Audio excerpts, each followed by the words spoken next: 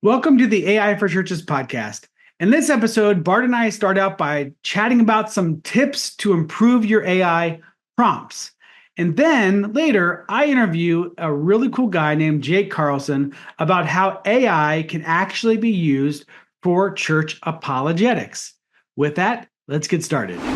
Welcome to the AI for Churches podcast. Our goal is to equip pastors and church leaders with resources related to artificial intelligence, helpful for sermon prep, creative ministries, outreach, and more. We do this by providing exclusive insights from AI experts, church leaders, and innovators actively leveraging AI to amplify the gospel and reach more people for Jesus Christ. Here are your hosts, Bart Blair and Dr. David Thorne. You're listening to another episode of the AI for Churches podcast. My name is Bart Blair, and I am joined by Dr. David Thorne. Good day to you, David. Good day to you as well. We are recording this in the fall of 2024, and I don't know about how things are where you live, David.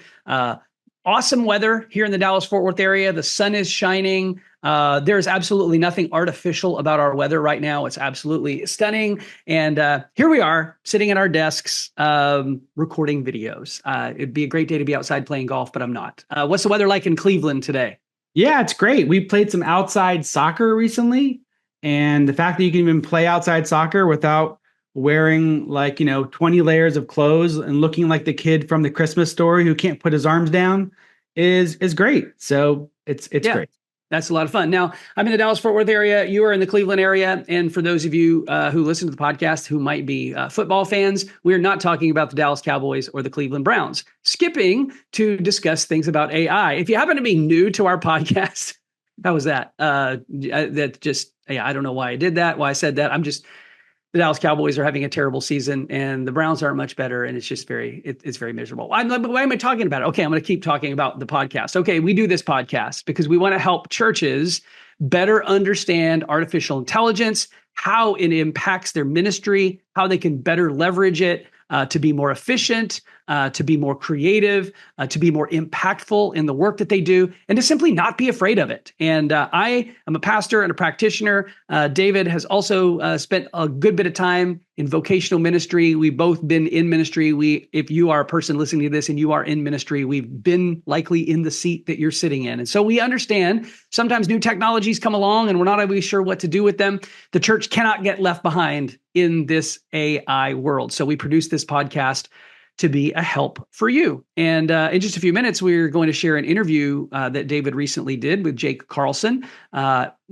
Very fascinating, interesting, different stuff. That's one of the beauties of this particular podcast is that virtually every guest that David lines up has a different level of experience, different tools, different things that they can shed light on as far as AI is concerned.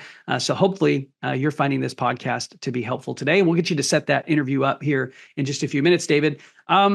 You wanted to spend a little bit of time before we got to the interview today chatting about AI prompts. That word prompts is hard to say without popping the podcast microphone. Prompts. We're going to talk about prompts. Why don't you start by defining what a prompt is for AI? Yeah. So when you interact with any kind of open AIs, or Claude, or any of these platforms, it is a chatbot. And it's meaning that there's an interaction that's back and forth between you and it. And so what happens is you write a task or a question. The thing that you write is called your prompt. and then when you hit enter, it could be a task, it could be a question, it can be a conversation starter, but that is your prompt. And then the large language model like Claude will give you a response. So that is a prompt. And I was bringing up to Bart, I've been thinking a lot about how can we help people even know what to do with that prompt. Like if you're trying to do a task, how do you speak the language so that you get a really good response versus a very unhelpful response? Okay, that's a really good question. I had the opportunity to do a little webinar a week or two ago with a group of churches, and basically I was kind of walking them through different ways to write or create prompts. I think that that's one of the sources of frustration that a lot of people have when they've had experience with ChatGPT or Gemini or Claude or any of these large language model chatbots. They sometimes are frustrated because they don't get from the machine what they were hoping, or it's not usable, or even worse, it really isn't usable, but they still use it. And that's something that is always, it's for those of us who spend a lot of time in AI, man, I see the AI writing from a mile away. I've got a friend who posts content on LinkedIn almost every day, and I can tell by the way that it's written that it was written by ChatGPT. It's just super obvious. And so I think that there are some ways to better get the results that you're looking for, also get results that are closer to being a product that you can use. I'm always a little bit cautious about the whole copy and paste and use it as it, comes out of the machine. But why don't you talk through a little bit some ways that people can improve their prompts to better get the kind of results that they're looking for? Yeah, and we could talk about this a lot, and you probably have multiple ideas and things you can share as well. So I'll just start with one real quick one. You can start by asking just help from ChatGPT. You can say, I'm trying to write a prompt that does blank. Here's things I need to add in. Help me write this prompt. Enter. So very basic, just ask it for help. I have a few more, but Bart, how about you? Do you have some just tips or tricks that you found in helping you? Yeah, generally speaking, like I always, number one, I think one of the things that people don't do is they don't give the prompt enough information. So I start with telling the tool what I need my end product to be. So for instance, I'm working on a job description, a ministry role in my church. And I started by telling Claude, I need a position description for this particular role in the church. The person will report to this person. These are the primary objectives in their job. And then I just started kind of going through some bullet point things that I thought needed to be in the job description. Okay. Just bullet pointing. I'm not giving it detail. I'm not writing anything. But here's the last thing. And I do this on almost 100% of my prompts. I finish with, ask me clarifying questions. Mm-hmm. When I use that, especially in Claude will always ask me 5, 6, 7, 8 questions that are like, oh, I didn't even think about that. Oh, yeah, that would make sense if Claude understood that aspect of it.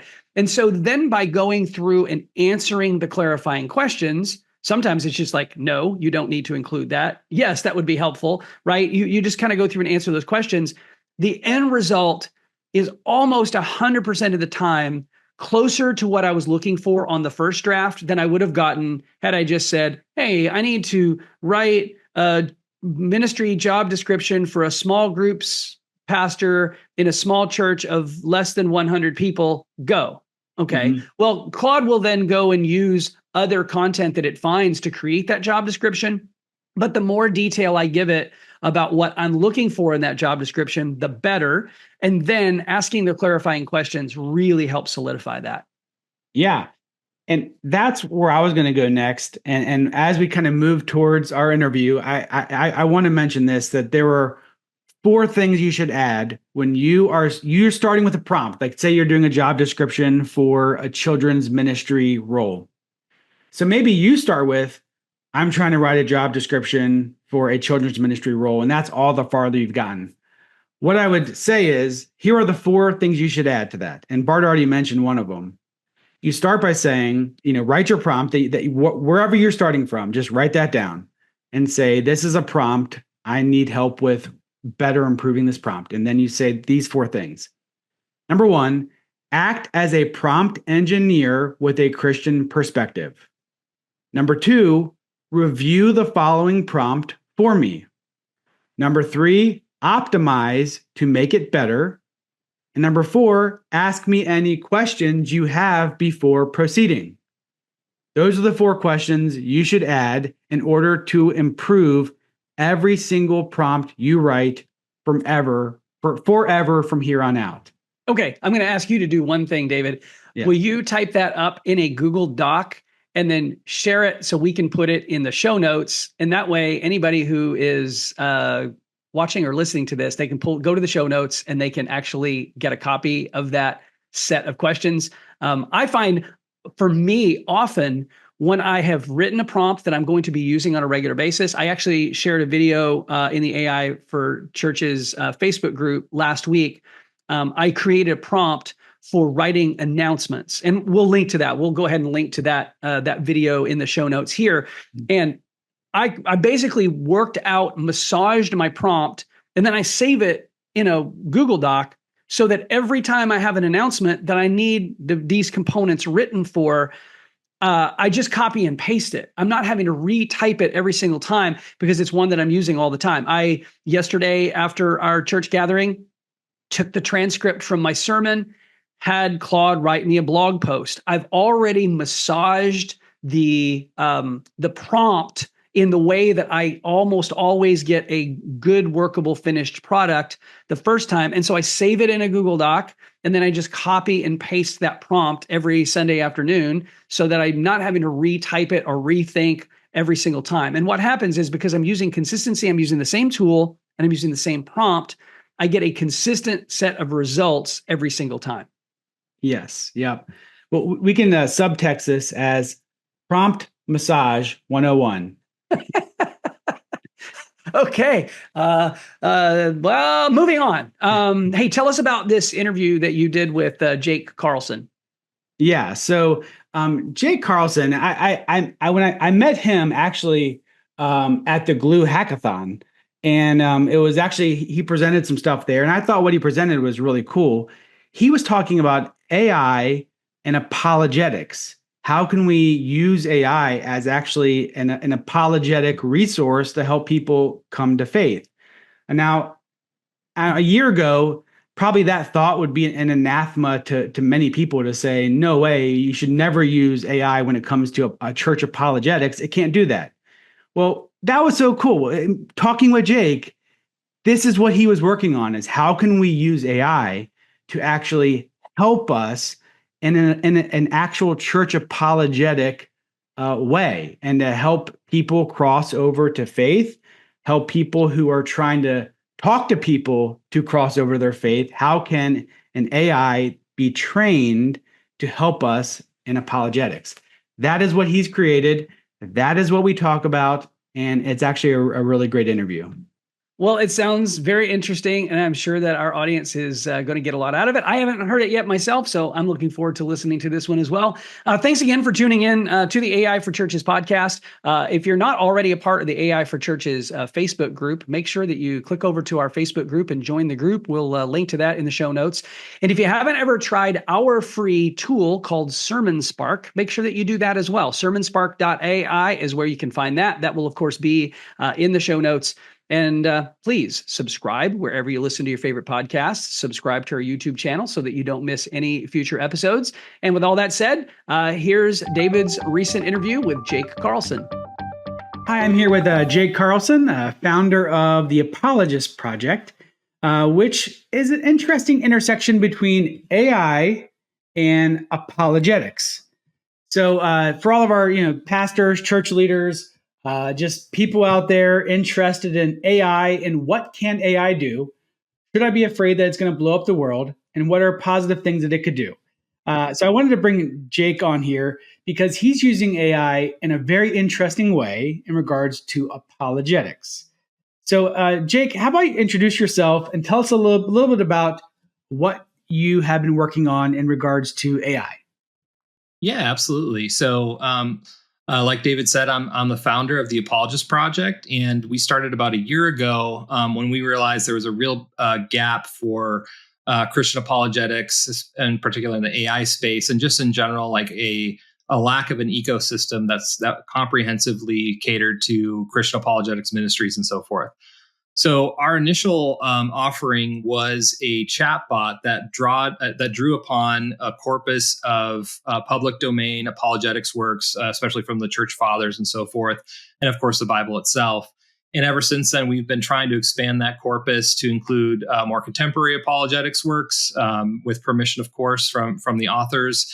And the idea is that a user can come on to apologist.ai and ask any question about God, Jesus, or the Bible, and get a pretty good, quick answer that's far superior to searching Google and wading through thousands of results, some of which are from a Christian perspective and some of them aren't. Yeah, that's very cool. And that's live now? That is live now, yep. Very cool. So you should definitely go on apologist.ai and check it out. That's been live for a while now. How have you seen it be used thus far? Yeah, so really interesting stories that we've come up with. So first of all, we're logging every question response so that we can, that'll inform the training of our model moving forward. And so we get once in a while we'll get a message from just a random user. In fact, one of the ones that I highlight frequently is we got a message from a guy named Yurkin from Kazakhstan. And he reached out and just said, "Hey, I'm a student of comparative religions. People in my community are asking questions about Christianity, and I don't know what to tell them. Can you help me?" And I was like, "Yeah, like use our bot." And like he used it, and he was able to quickly learn what he needed, quickly input the questions that he had or other people were having, and get answers from a biblical perspective. So it's been really useful. It's been really great to see the reach that it's had already. Yeah, that's very cool. And so Jake and I were both at the AI hackathon together, and Jake presented a really cool use of their Apologist project. Can you share about that? Yeah, absolutely. So one of the things that we found is that it's somewhat difficult to have a very generalized model that answers people without context of where they're coming from. And so just to give you a little bit of background here. So I, through some serendipitous circumstances, met with a missionary who serves in a Muslim majority country. I don't want to give too much away because it's a sensitive situation, but he gave me the feedback like, "Hey, you have a apologetics bot that gives the users good biblical answers. However, the responses that it gives aren't appealing to the user's own source of authority that they would find authoritative," right? So in other words, telling me, for example, since I'm a Christian, telling me like what the Quran says about Jesus, I'm just going to be like, okay, yeah, but the Quran is something I don't believe in, so therefore I don't care, right? But in the case of, say, a Muslim, what they would find authoritative would be the Quran. And so an answer that first uses their source of authority that they agree with, and then pulling the user back to truths about Christianity based on that initial kind of authoritative source, or in some cases showing gaps in maybe their authoritative source as opposed to a Christian model, is a much more effective way to engage with them. And so what we did for this year's Glue Hackathon is we focused in on the Muslim community. And we put some stats up there, like Islam is the fastest growing religion. And if the current trend continues, then through a higher birth rate than Christian households, Islam will become the dominant religion by the end of the century. And so we thought that would be a really good thing to tackle right out of the gate because of just the amount of folks who are of the Muslim persuasion. And so what we did then is we, through prompt engineering, created a custom version of our chat bot that specifically was instructed to appeal to Quranic verses and then tie those back to biblical verses, and then teach Christian truth based on that connection for the user. And so not only did we create the system prompt for that to happen, but we also curated a group of articles and books and so forth that were specifically from Muslim serving ministries, all with permission, of course. And so we partnered with several ministry partners across the world that had that particular worldview in mind. And then that formed the corpus from which the chatbot would draw from in its responses. That is very cool. And yeah, that's a very cool thing. So I hope everyone understands, when they're saying that, what you said there is that a chatbot that was an apologetics chatbot built specifically for individuals from a Muslim background who is trained specifically to give uh, biblically accurate responses in a contextually helpful way, Exactly. which is amazing. Now, okay, so whenever on our podcast, we have these conversations about what can AI do, what can't it do, where's the line, and it's one of those things where let's say 6 months ago we could say, oh, the line is over here. It can't do any of these things, and I find that over time that line begins to shift a little bit. Yes. Now, in the world of apologetics, if I was going to play devil's advocate and basically say, Jake, apologetics is only for humans. Mm-hmm. It's meant to be human, shares human. Mm-hmm. And AI cannot effectively share the gospel because an AI is not imbued with the Holy Spirit, and that is a spirit work. And therefore, how can this be a good thing?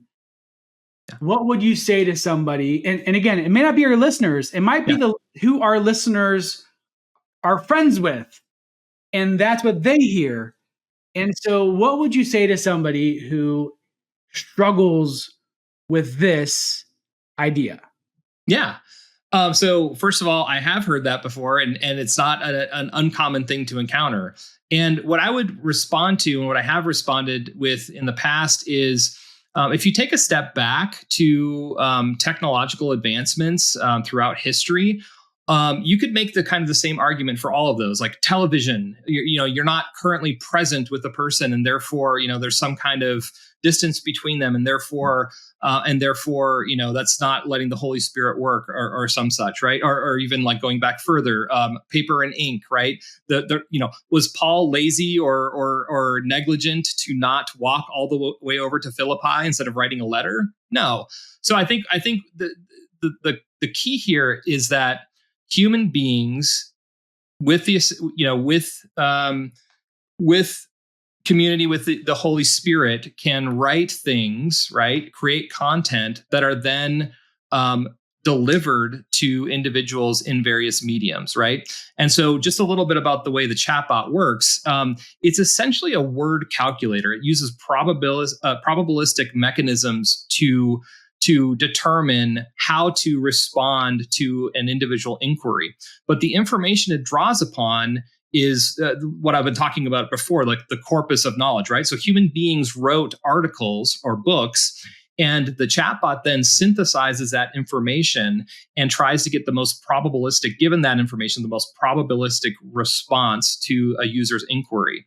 So all we're really doing here is allowing technology to synthesize the good works that human beings have produced, right? If you take a look at Google results, for example, well, if you want to get technical, those results have been curated via an algorithm that were written by human beings, right? And not only that, but the content that end up in the results have also been written by human beings. And so what I look at is I just say, look, this is just a faster way for us to synthesize information and give it to the user, instead of them having to, go to a library and search for all those things and then synthesize it themselves. Now, there are dangers. There's no question about that, right? But what I would say to those folks who are concerned about that, and frankly, I am too, I don't want to seem like I'm not concerned about it, is that we have a lot of guardrails in place. For example, we have that corpus in which we instruct the chatbot to draw from rather than its general knowledge. And we also instruct it very carefully about how to respond, and that it has everything that it says has to be biblically based and so forth. And the last point I would make as well is I believe in a God who is sovereign over all, not just human beings, right? And so if it were hypothetically, even if all the safeguards that we have been talking about here weren't in place, I still believe that God working and the Holy Spirit working through human beings, creating this software, is still sovereign over that. And so I don't have an overriding fear that just because the mode of delivery is different and more efficient, that it's somehow different in kind than, say, writing a letter 2,000 years ago. Yeah. It makes me think, we could ask that person who is concerned, do you think God could work through a Google search? And or let's say this, do you think God could work through content on your church website?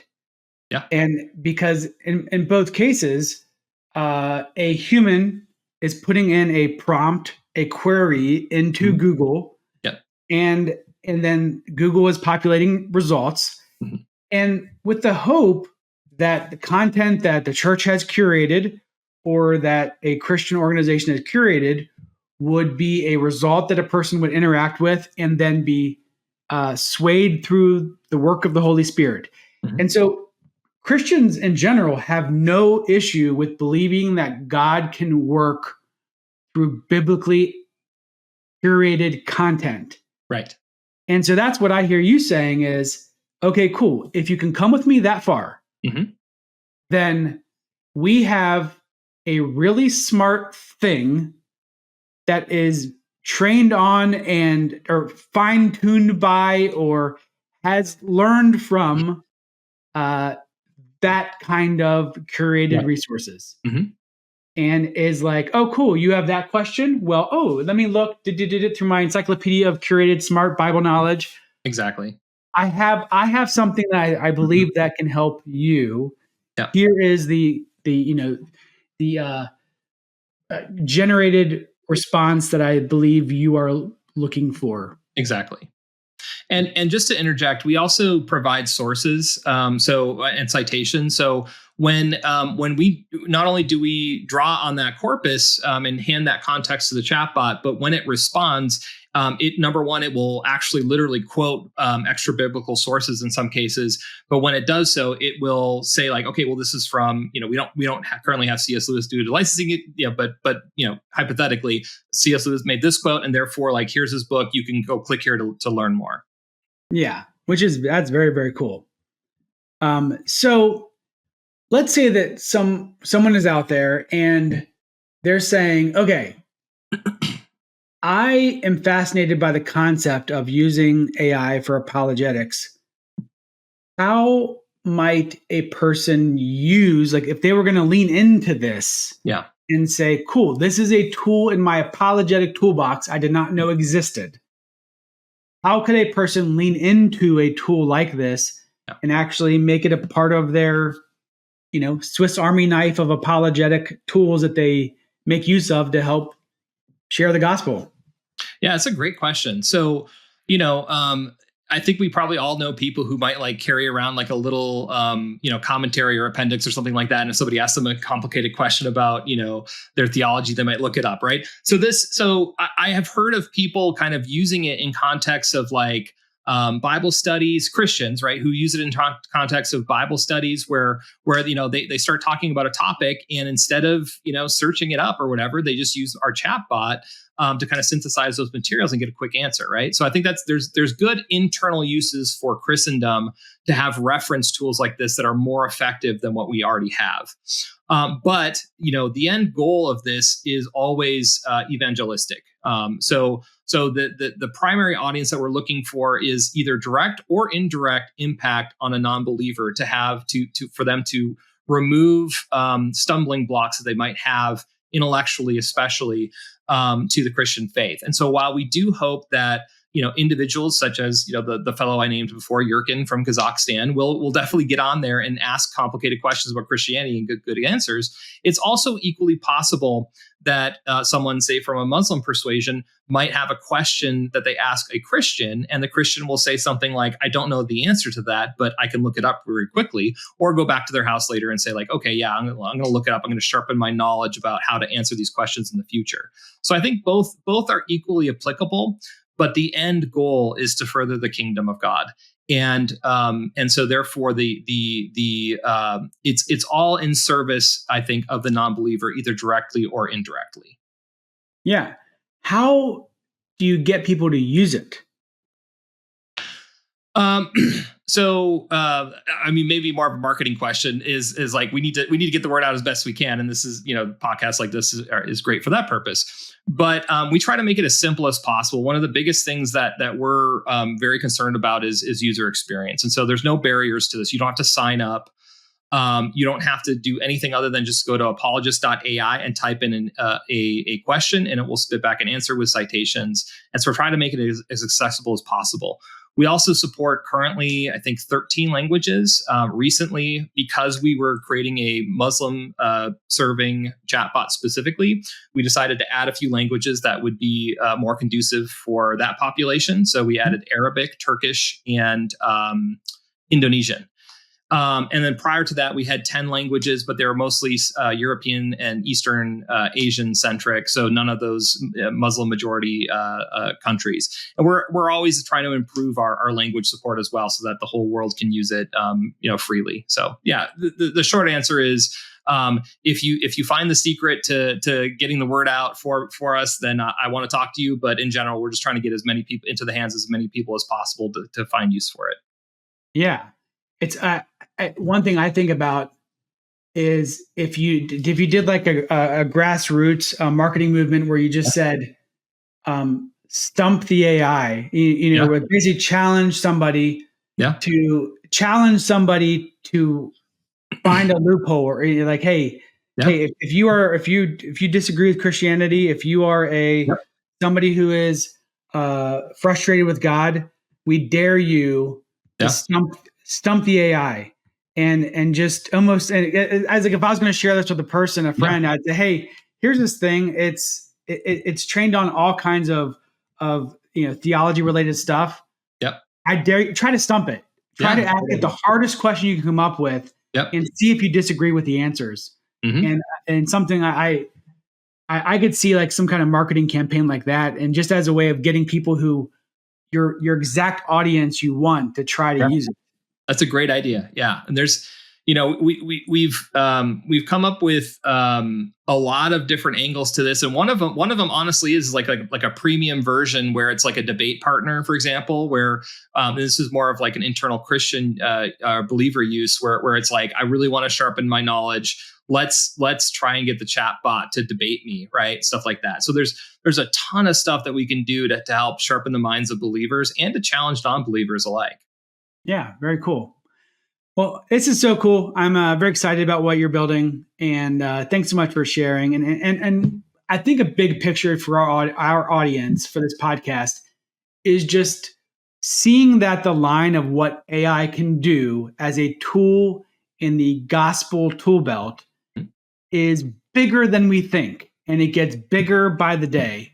And things like this just say, man, there's so much that technology can do to help us share the gospel in ways we never thought were not possible even 6 months ago, a year ago. And so thanks for your work on this. Yeah, thank you so much, David.